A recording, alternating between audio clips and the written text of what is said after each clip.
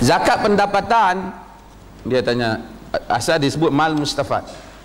Dalam mazhab Syafi'i tak sebut tentang zakat pendapatan ini secara jelas.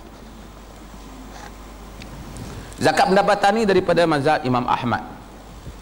Jadi yang kita duk pakai ni mazhab Imam Ahmad, tamal mustafad dan zakat pendapatan. Jadi siapa yang bayar untuk keluar mazhab tu bahaya, kena tangkap.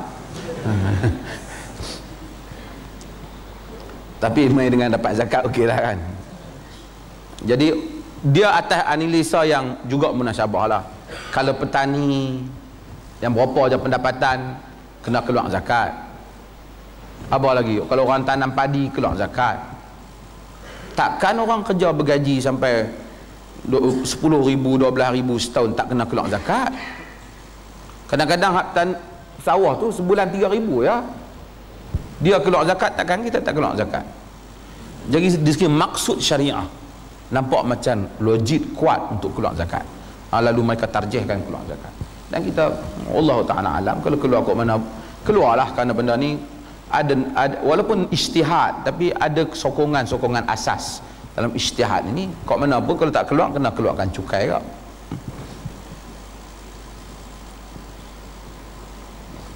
Apa yang kita bersin, apa yang Rasulullah ajak bila kita bersin? Hashim, kita kata apa? Jawab yarhamkallah. Itu kita jawab apa? Yahdina wa yuslihu balak.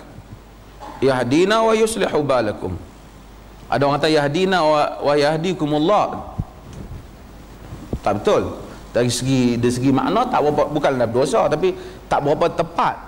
Yahdin, Tuhan petunjuk kami dan Tuhan bagi hidayah kepada kamu. Dalam hadis dia tak sebut begitu. Dia sebut yahdina wa yuslihu balakum. Allah bagi petunjuk kepada kami dan Allah membaiki urusan kamu. Yahdina wa yuslihu balakum.